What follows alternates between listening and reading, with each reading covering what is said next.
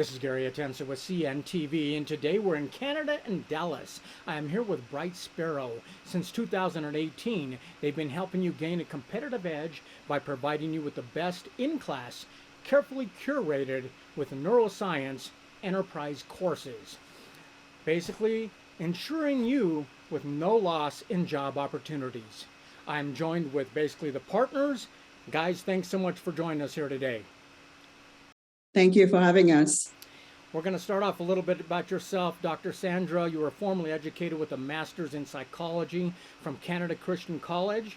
You went on to receive a doctorate from Trinity University. In the past, you have worked in project consulting as well as management. Recently, 2018, the past few years, you took your experience to help professionals keep up with the demands of an increasingly complex world where individuals must adapt to change. Share with me a little bit why you partnered up and decided to start this company. Yeah, thank you for asking the question. So yes, I am the CEO of Brite Sparrow, and we do help professionals and organizations to accelerate their career at a time when there's so much of market disruption. We support them, we equip them with crucial knowledge, to deal with sustainability challenges, social instability, and technological disruptions. And, we do this through cutting edge programs where learning and neuroscience converge.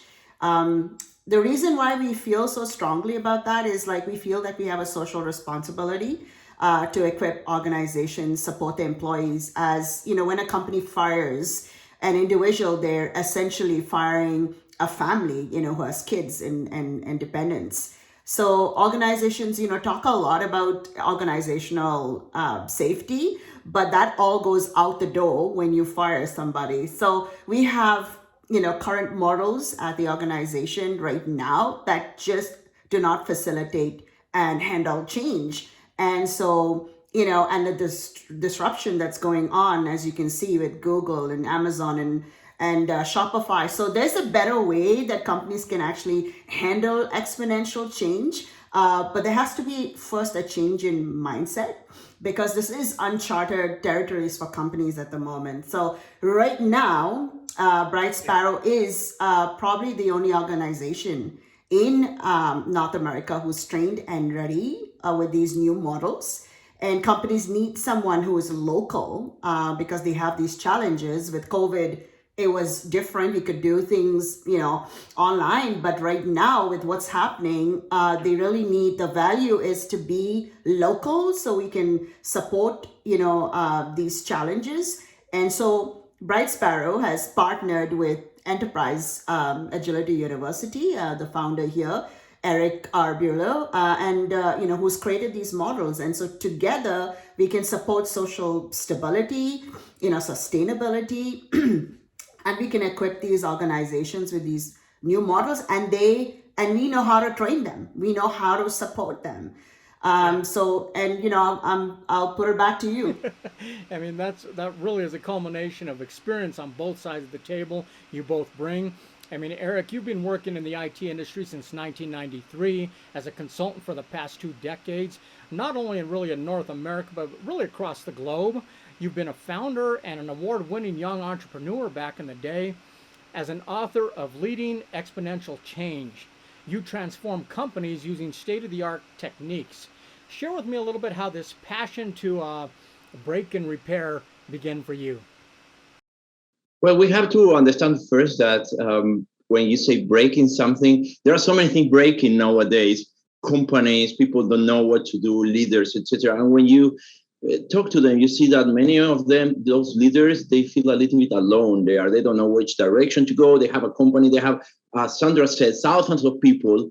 And then my passion has been always to try to find a new direction for organization. We have been using most of the models we have been using have 20, 30, 40 years, but the world is completely different. Nowadays, you wake up one day and you see something completely different than the day before. When you see the organization now, you see that 47%, this is a massive number, 47% of people are overwhelmed with the speed of change.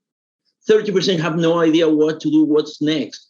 So then when you start looking at that, you need to redefine the world. That's why we work with neuroscientists and we work with other people, and we try to find brilliant people around the world to deal with the new situation.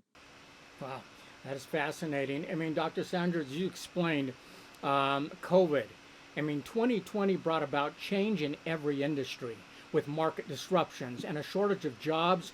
Are we now seeing an increase, maybe even an oversupply in candidates?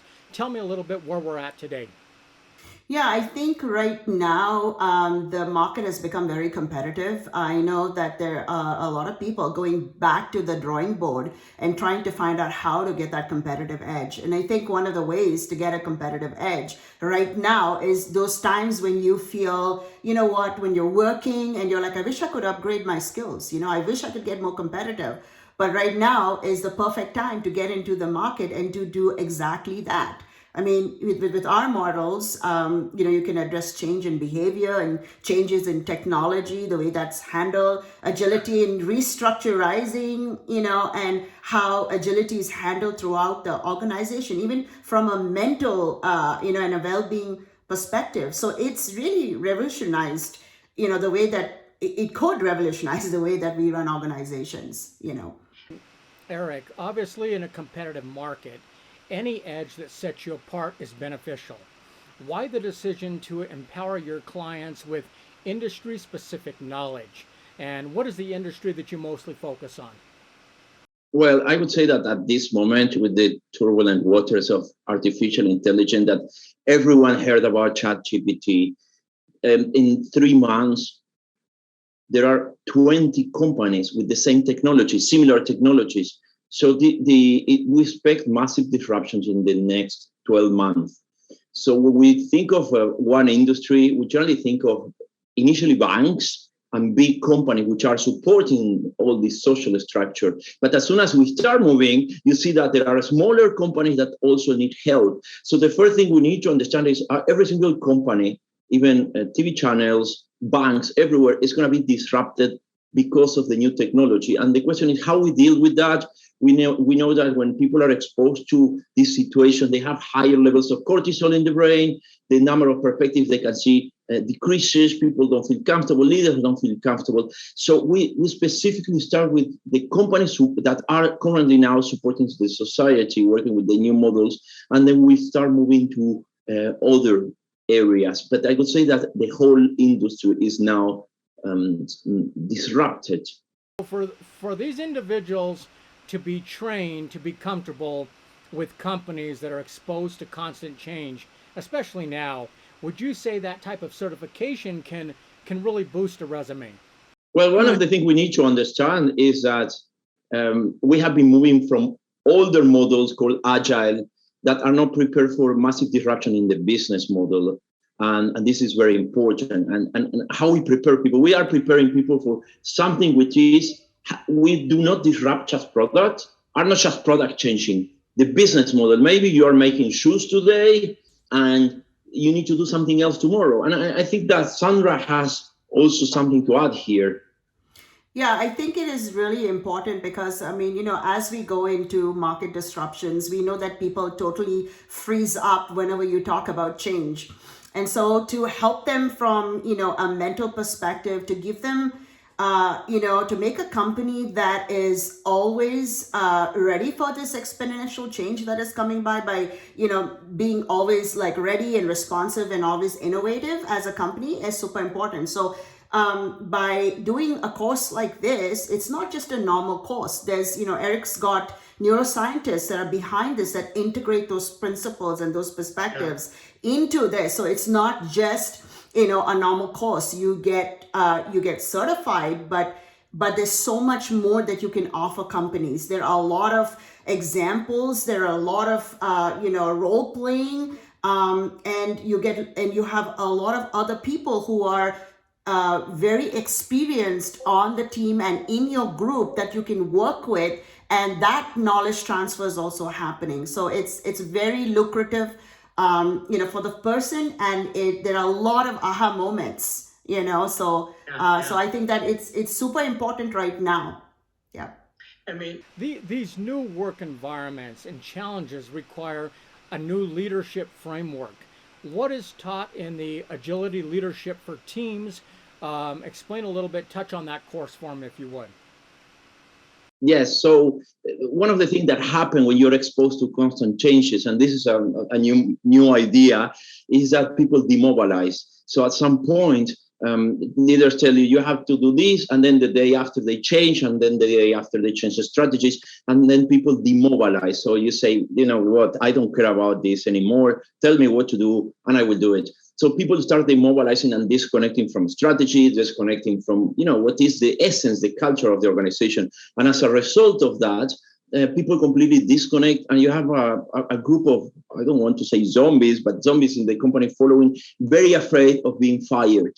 That is the reality. So then what we try to do is we try to revert that in a way that when people are exposed to constant changes and when leaders need to deal, and something very important here in the new ways of leading is leaders need to break promises, because maybe I promised something, but I had to break it because the market changed. Now, the difference here with the new ways of dealing with change is and leading is that you break promises, but you keep trust high. And this is one of the keys of the new ways of mobility leading and the new way that companies are confronting the new scenarios. I mean, it's interesting. Let's face it, senior leaders, managers, and HR, I mean, they're under more demands than ever. How can a diversity, equity, and inclusion course kind of help them navigate through that environment? And is that a course that you felt was necessary? Yeah, absolutely. I mean, you have a very changing landscape, and companies are getting, they have a mandate to bring diversity into, their mandate into every aspects of their business. And I think some of the important ones that are coming up are, women and people of color. So I think that is, super important to equip people, because you might come from a background, where you might not exactly know what microaggression means, or you might come up from a background where you don't know what is culturally, politically right. And so I think when you have diversity models, it